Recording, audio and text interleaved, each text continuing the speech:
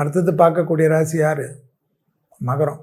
யோக பலங்கள் அதிகமாக பெறக்கூடிய ராசிக்காரர்கள் மகர ராசிக்காரர்கள்.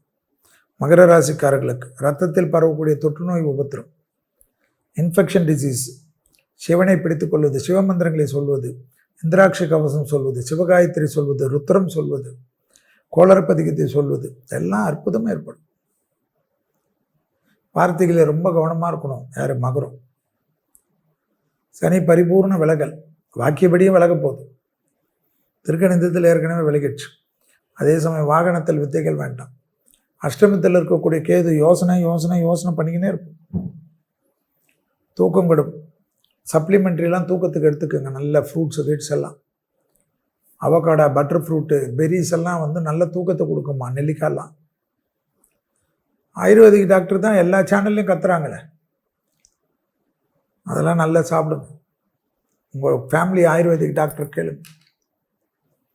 ஆனால் வார்த்தையில் மட்டும் கொஞ்சம் கவனமாக. தொழில், உத்தியோகம், வியாபாரம், படிப்பு எல்லா இடத்துலையும் வார்த்தையில் கவனமாக இருக்கும்.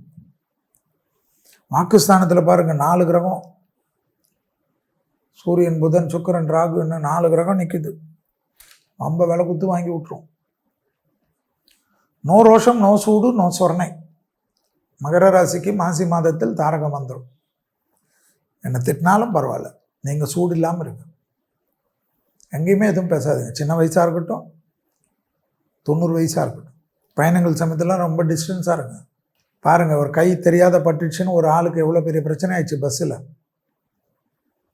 ரொம்ப ஜாக்கிரதையாக இருக்கு. தப்பே செய்யாமல் தப்பு வரக்கூடிய காலகட்டம், அதுதான் உங்களுக்கு சொல்கிறேன்.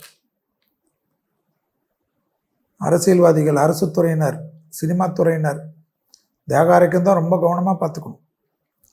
தேகாரைக்கும் தான். ஏன்னா ரத்தத்தில் தொற்றுநோய் இருக்குது. ஏதாவது சளி தொந்தரவு, சுவாச கோளாறு வந்துடாமல் பார்த்துக்கணும்.